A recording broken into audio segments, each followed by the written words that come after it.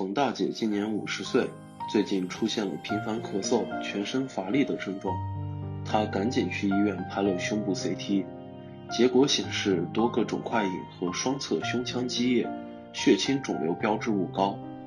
PET、CT 检查也提示恶性病变，一切的证据似乎都符合恶性肿瘤的特点。这对冯大姐来说犹如晴天霹雳。难道真的已经肺癌晚期了吗？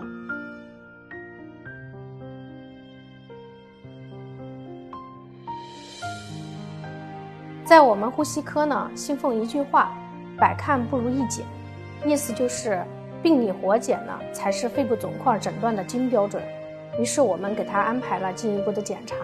最终明确诊断它是一个结节病，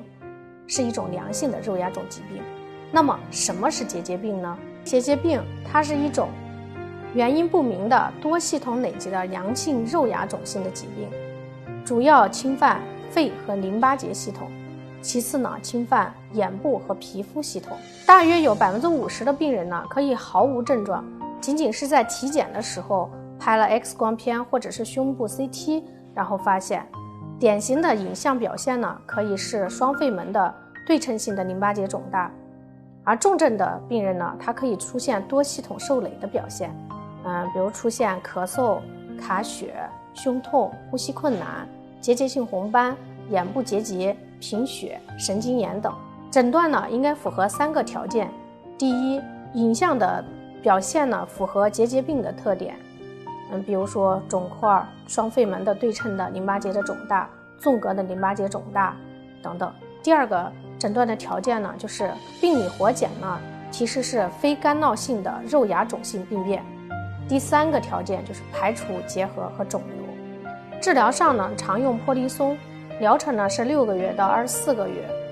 如果对糖皮质激素无法耐受者，可以考虑其他的免疫抑制剂，比如说甲氨蝶呤、硫唑嘌呤或者英弗利西单抗。